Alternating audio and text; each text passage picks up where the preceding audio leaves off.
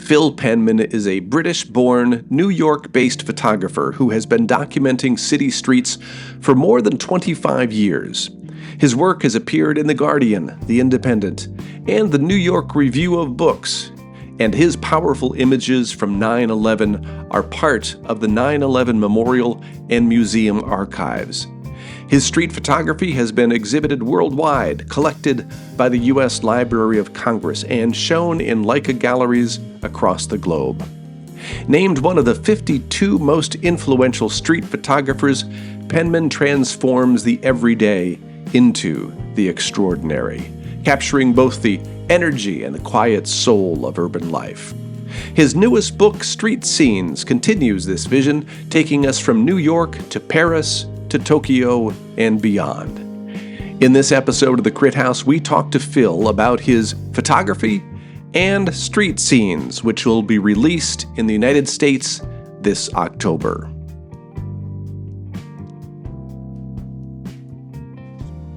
Well, Phil Penman, welcome back to the Crit House. You've been a friend of the program since early on, and I've always been thankful for that. So thanks for coming back on. It's good to see you. No, thanks, man. It's great to see the success of the show as well. Watching the ride, so it's been really good. Well, it's I'm not sure it's successful. It's still a tiny little channel, but I like it, and I learn a lot from it, and a lot of it I learned from you, from all the conversations you have brought to the program. But now we're talking about books, and you're one of those people who has done some just amazing books. You are Thank you. internationally renowned, and they're pretty good books. I try. I try my work. It's pretty crazy to think I'm on my fourth book since 2019. Like that is quick. I thought I'd probably do one in my lifetime, and now I'm on my fourth book. So yeah, it's been a Yeah, weird ride. yeah. Well, so that's one of the things I'm really interested in talking to you about, is because there aren't many people out in the world who are able to do street in the same way you are, and successfully, I think. I haven't seen your QuickBooks and know like how it's coming in, but you're I'll renowned. share them You have after I'll share them after the show. excellent, yeah. It's a hard thing to do, to be like one of the people. I think you're one of a handful of street photographers who are doing very well with your publication and trying to make a living at what you're doing. First book I did in 2019 was a book called Street. Then I did New York Street Diaries, which was 23. And then I was included in the book with Elliot Erwitt and Thomas Hopker. It's like one of those really big books. And then I've just finished my latest book, Phil Penman's Street Scenes. Street scenes, and that's out in Europe, but not in the States as of yet, correct? It just came out in Europe because it's a German publisher, so they go to a German publishing warehouse first, then they go on the slow boat to Australia, Japan, US. So by the time we get it, it's like October. Well, and so I haven't seen the book itself, but the images you've sent to me are Neither have pretty I. amazing.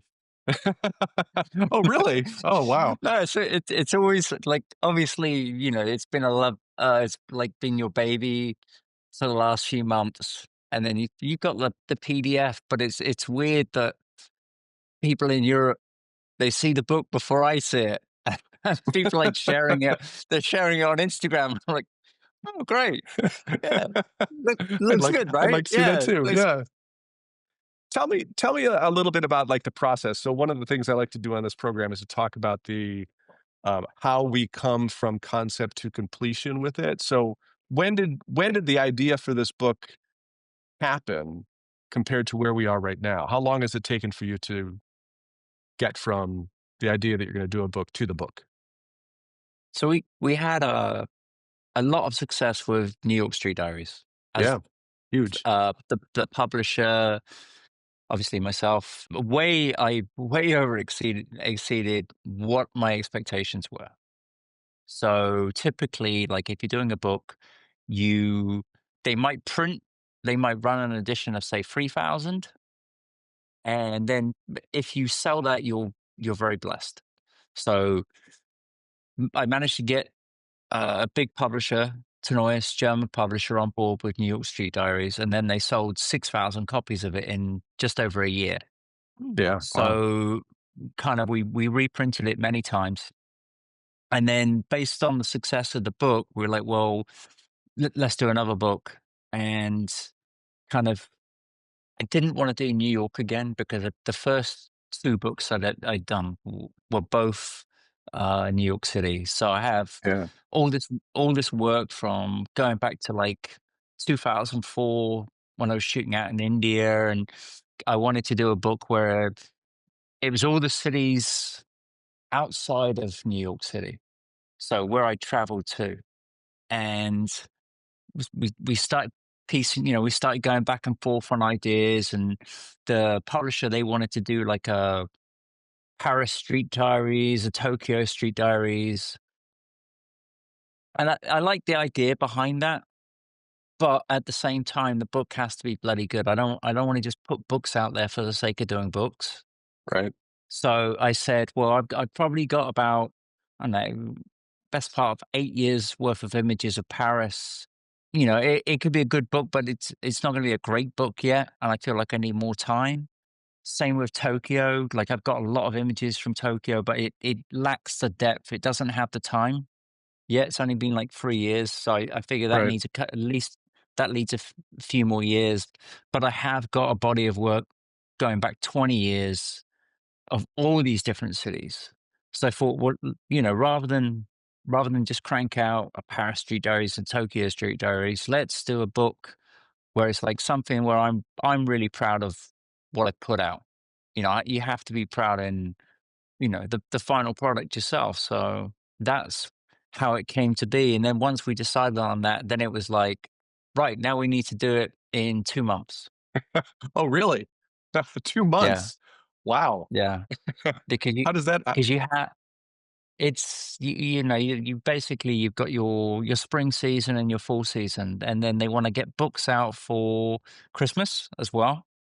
And then when you right. think about the shipping delays as well. So it's like, right, I think it was like February maybe, and it was like, right, we need to go to the printers beginning of June latest for release in Germany in mid-August, October, US, so we have it ready for the Christmas market. So it's like, shit, we haven't curated it. We haven't got any images together.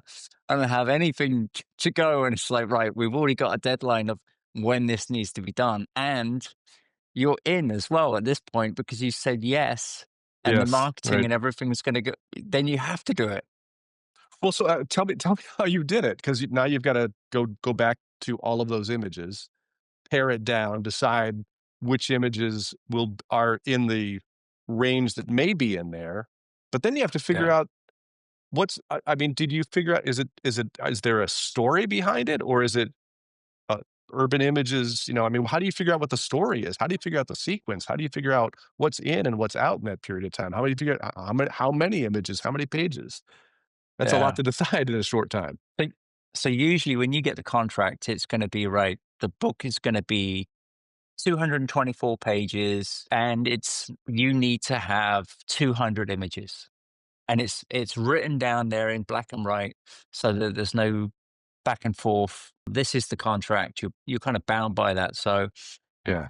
thankfully, over like the last few years, I've been separating all the cities that I've been doing. So I knew, right, I've got, I don't know, say 8,000 images in my Paris catalog. I've got, I don't know, 3,000 in my Tokyo, and X and X. So I went through, picked out a bunch from each city that I've been to. And then here's the key: you hire people that are smarter and better than you. Better than you? So, Smarter than you? but no, but oh gosh, yeah, all I got to do is leave my apartment to meet people smarter than me. But you basically, I'm very fortunate that I have, through my traveling, I've met some very, very cool, smart people. So I've been working with a curator called Lou Proud, who's the gallery director for Leica in London. But before that, she was head of photography for Phillips Auction House Oh, in London. well, She worked with Honoré Cartier-Bresson. She worked at Magnum. So she's had some experience with people better than me. mhm. So Wow. I know that I can go to Lou and I can say, right, Lou, here's 500 images that I've whittled down from my collection. I trust your eye a lot better than mine in piecing something together. And then it's like a little bit of back and forth where she'll say, right, here's 200 images laid out. What are the images from that 500 that you absolutely want in this book? And there might be, I don't know, 5 or 10 that say, Lou, these are the ones that I really like to have these ones in the book. Because you don't know when, Yeah, that might be your last ever book for all you know. That's And right. Yeah. yeah, you never know. Like I only ever expected to do one book. Just Or- because of just the sheer cost of doing everything. So I worked with Lou. She came back with a design. Or basically, she's gone and printed out all the images. She's laid it out. We've kind of gone back and forth a little bit, and we'll go to designer that I work with called Anya, the letterist, who I've been working with Anya for about 10 years now. She was the designed my signature for me. She's done everything for me. She is best of the best. And that's when we take those 200 images and say, right, Anya, it's go time for you. You've got to design a book with these images and lay it out. so I'm interested. I want to talk with you about the publisher and how the financial piece, but let's put that on the back burner for right now. Yeah. Yeah. So you're coming to them with a fully designed, fully sequenced book. They were not involved with the design and the layout of the book at all. That's all your or the doing of you and your team. Yeah, so we kind of discovered that with the New York Street Diaries, where like the background. I'll give you a quick bit of background. Basically, Yeah. it did my first book, and I knew that I wanted to do a book with Tenois, big name publisher. You've got like Steidl, Tash, and Tenois, Aperture. There's some big publishers out there, but they've done all of Elliot Erwitt's books. They did Robert Mapplethorpe. They did all the big names that I respect. I think they've done 17 Elliot Erwitt books. So I basically just looked on the website, right? How do you get in contact with these people? I found an email address, it's like sales@tenois.com or something, where it's like random email box, put together a deck. The first book had been very successful. So we had a bestseller with the first book. My Instagram audience had now grown to about 125,000. A lot of the work was now included in the Library of Congress. So they're like bullet points that you're going to put in a deck with a few sample Right. images. And so I put in an email and just said, at some point, I would love to do a book with you in my career, because I really So respect your books, and that's what I want to do. And stupidly, they got back to me and said, yeah, let's do a book. So just want to make sure clear what you said. You said you just cold emailed them. You didn't like have a Yeah. person there. You just said it at their general. That's great. Just sent to the general, but I figured, right, if I just you need That's a good email. yeah, but it's just like in the deck, it's got to be right. These are the things, because when the publisher wants to do a book with you, okay, yeah, they might like the work, but they're looking at like, all right, is this going to sell? Do they have an audience? If Hmm. if they have 1,000 people, then that's a very small audience to sell to. Right. Okay, it's so if you have 125,000, you already have an engaged audience of people that support your work. So they're going to Yeah. look at that, and then they're going to say, right, is the work any good? You know, And and then and fortunately from yours is. and then you got the financials. So like for everyone that's out there, like doing a book is not like a small undertaking. Like, don't take this lightly. It's like question is why are we doing a book? What is the point of doing a book in the first place? Sure. So for me, I love print. I think it's kind of like the finished article is the print. It's a lot more rewarding being able to flick through a book than scroll through Instagram on your screen. Like I was always very obsessed with buying books anyway. I have kind of an addictive personality. So I used to know a bookseller on Spring Street in Soho, and he used to sell the books on the street, and I would buy like a couple a day, No kidding. but I wasn't paying the same prices as they would be in the store. I don't know where the guy got them, but he got hold of a signed. He got hold of he had a signed Abaddon book for me. Oh my goodness. So I was always very into books anyway. So I always wanted to do my own book, but it's like, okay, you do the book, And then it's like, okay, well, who's going to buy it? I don't joke about this. I literally refinanced my house to be able to do my first book. Oh, wow. That's a risk. It was What a it was chance. a hell of a, it was a gamble.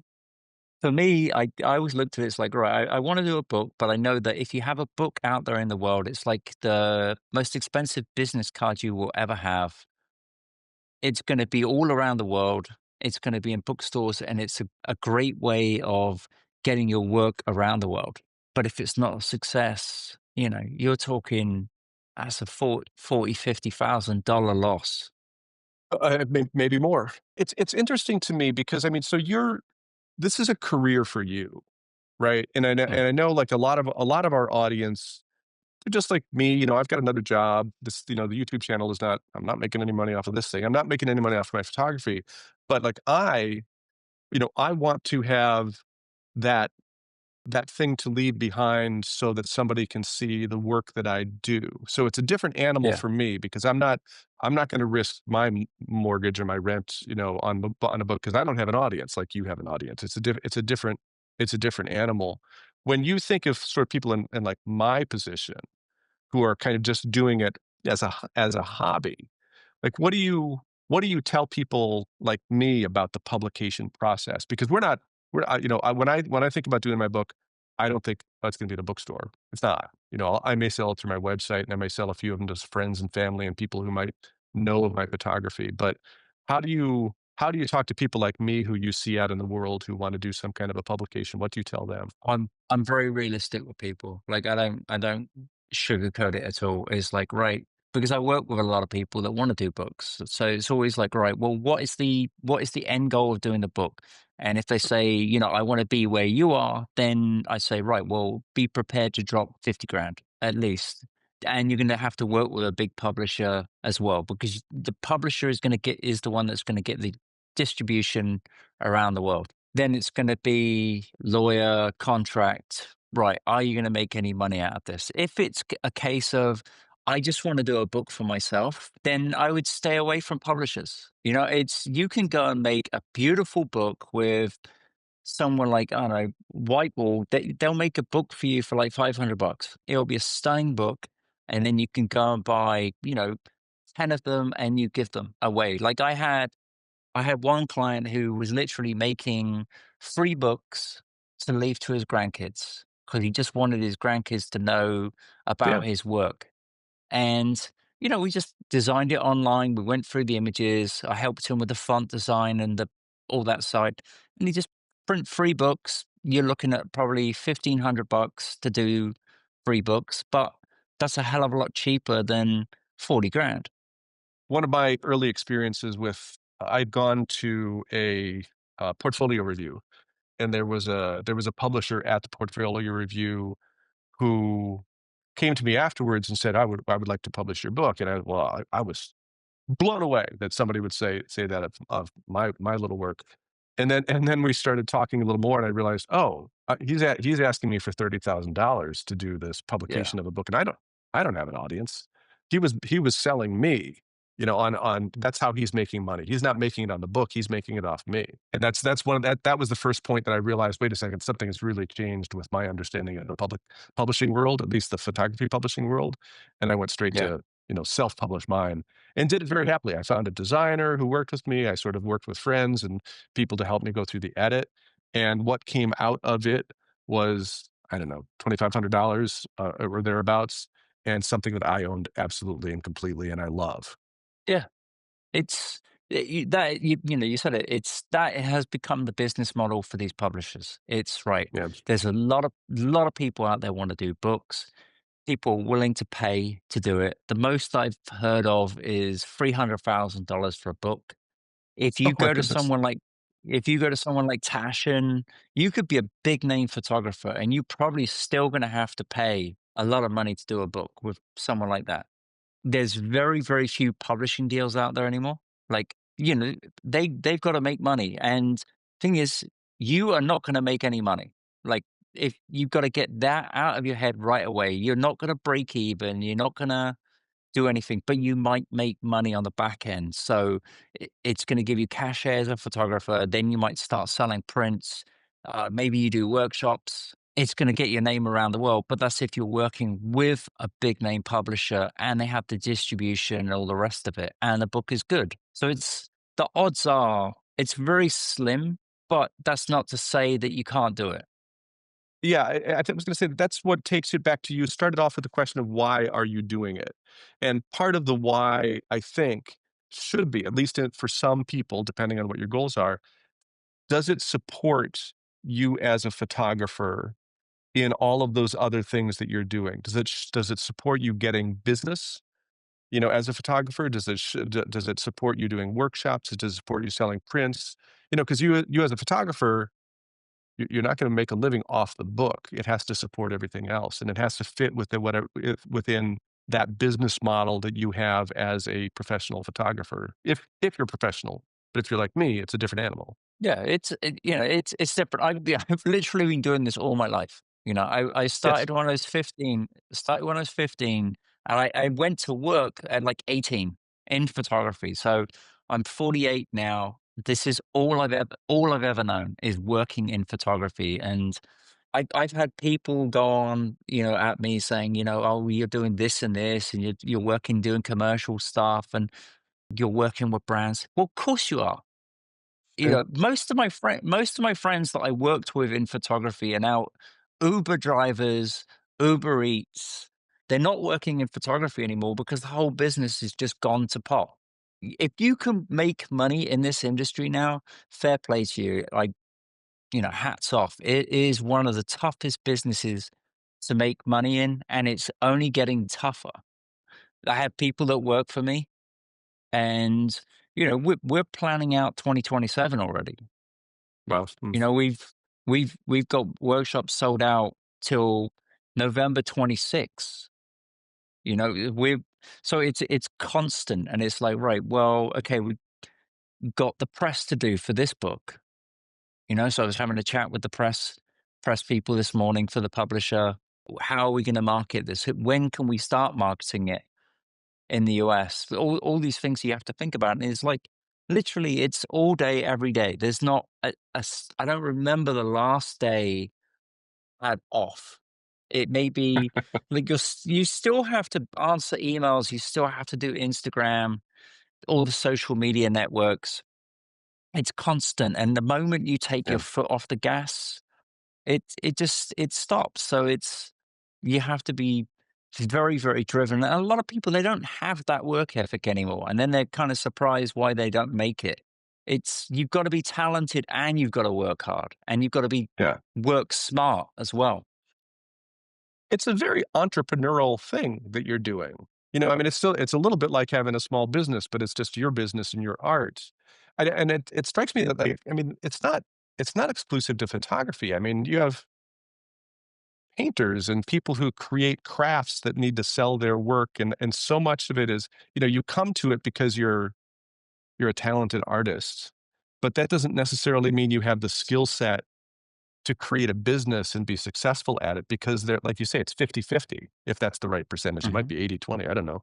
But Yeah. you've got to have the creative material, and then figure out a way of making it work in the world. And I know a lot of very talented creative people, but not all of them figure out how to make it so it lives in the world as successfully as you've done. Yeah. You've got to pay your rent. It's all very well talking up this glamorous life of an artist, but Yeah. it's tough. You still got to pay your rent. It kills me when I go on like social media for 2 seconds and all it is just bitching all the time, moaning. It's like when I was a photographer, I was joking about this, like with my dad, because my dad's a photographer. It's like the nickname for a group of photographers was a groan. It was always photographers. That was 32 years ago when I first started. That was the nickname for photographers. I'd like to talk a little bit. So we've been talking a lot about the business, but let's talk about the creative aspect of it somewhat. So tell us, like, what you think of when you shoot. I mean, I get the impression you get up and you get up early and you go out because you have the ability to see the world and the weather that not all of us see when we arise. Is that a critical part of your photography? Is just the timing of when you go out? I think I just prefer the people in the morning better. The zombies who haven't had all the They coffee just, yet? they just seem to be a lot nicer in the morning. I was on a podcast with Amy Vitale, and we were Sure. joking about it because she's the morning as well, and she's like, yeah, because they have purpose. They're getting That's up, right. they're Oh, going yeah. to do something. Yeah, they're not just like ambling around. They're actually that out there to do something. So I don't know. I prefer it the mornings. I used to be a night owl. I used to come in at 5 a.m. and now I get up at 5 a.m. It's yeah. I'm not a big summer person, to be honest with you. Like my British complexion doesn't fare too well with it. Yeah, I'm not. I don't know. Something about the light as well. But I am. I'm very drawn to like you know, the moodiness. I guess being a Brit, it comes travels with us. Do you ever think of your place in the history of photography? I know, like, I think I read at one point that somebody had said, "Oh, he's one of the top 52 street photographers of all time," which I would certainly not argue with. When people look at the history of photography, Phil Penman is there. Like, what Which do you is crazy, no, crazy to no, think about. it says you do amazing work, and you also do all of the stuff that we've talked about to make sure that the world sees it. But who is Phil Penman, like, in that photography world? I mean, because you've got the Cartier-Bressons, you've got the Cortez, you've got Winogrand and Friedlander and all these people. You're in that Yeah, discussion, yeah, but right? I don't think that. That's the thing. I know I have a hell of a lot further to go. I'm enjoying the journey of it, like, but it's very, very surreal when someone says, "Oh, you're a great photographer," or legend, or stuff like that. I'm like, you know, it's a little bit early days here. Early days. It was Well, the cool thing was being in the book with Hopker and Elliot Irwin. I was like, all right, well, that's really cool because I was literally sandwiched in between the two of them, and I'm like, those are two big names that I admire greatly. And so that was cool. That was cool. Getting to work in the Library of Congress was cool. The big one for me with my career was 9/11. I already know that like the biggest thing that I've ever done. I've already shot the biggest picture I'm ever going to take. It's still very surreal when anyone ever says, you're a great photographer. I'd say I'm a good photographer. I'm a very competent photographer, I would say, but I, it's too far to go when someone says you're a well, legend. It's just too much. so what is it? I mean, I understand how you can say that, but what is it that in your mind you think that you need to do to be a great photographer? If you don't think you're a great photographer, what's missing from your practice or your archive, or what you have put out to the world that you need to do to put you into what you think is that pantheon? I think I just need to keep evolving as a photographer. I need to evolve. So it's like I don't want to be one of those one note photographers where you're taking the same picture 20 years later. Hmm. I've been very cognitive of that, of where like, okay, you know, I can do this. I can do this well. How can my work get better? So I'm always trying to find the next thing. I have a lot of respect for Joel Meyerowitz in that sense because Joel was one of those guys who he just doesn't seem to have sat still. It's like, right, I can do street well. Let's try this. I admire that a lot. There's a lot of photographers out there that have, as you well know, there's photographers we're well known for having massive egos, and there's a lot of people that think they're the greatest, but they're still cranking out the same picture that they took 30 years ago. Yeah. And it's like, for me, I get bored. I know that I can go shoot that picture. Right. What else can I shoot? How much better can I get? Any last words about bookmaking that we haven't talked about that you think is really important that viewers should think about? Yeah. So if you're planning on doing a book and you want to do a book with a publisher, there's a few things you got to look out for. Okay. And one, we've kind of already discussed it, the money side, contracts. So typically with most book publishers, you're going to make 5 to 10% of the book sales. Okay. And then that's going to be cut way down as well with Amazon, everyone taking their cut. So you might make say $2 on a book. So you're not going to make any money. Better sell a lot of But books. yeah, and a lot of the time the publisher will have final refusal on the book cover. The cover is the first thing that you have Hmm. to think about. Usually the book cover is done way before the PDF layout is even done. And it's very interesting. One of the things that publishers are looking for is how does it look as an Amazon thumbnail? That's how crazy this is. Because a lot of people are buying the book based on the thumbnail on Amazon. Right. Right. So So something that's really small. It has to be something that can be seen in a tiny little image. Yeah. yeah, it has to catch the eye. The last question I ask folks, and I meant to preview this with you beforehand, so I'm putting you on the spot. Please recommend for our viewers one book that they should know about as a photographer and should be aware of. What is the one book? It's tough actually because there's one book that just came into my brain, and it's Do it. Kudelka. That's a really beautiful book. I would normally go with like a Salgado, Migrations Yep. or Hmm. Workers. Those are books that I love. Personal Best, Elliot Erwitt, Avedon Autobiography. But for some reason, Kudelka came to mind, and it's a beautiful book. And whew, what Yeah. that's a talented photographer right there. I tell you what, I agree with you. When we did the My Five series, he was definitely going to be in my five list. So good choice. Thank you for that. Appreciate it. Phil Penman, thank you so much for joining us again on the Crit House. It's always a pleasure, and it was once again a pleasure to talk to you here. Thanks again, Jeff. And thank you all for watching the Crit House.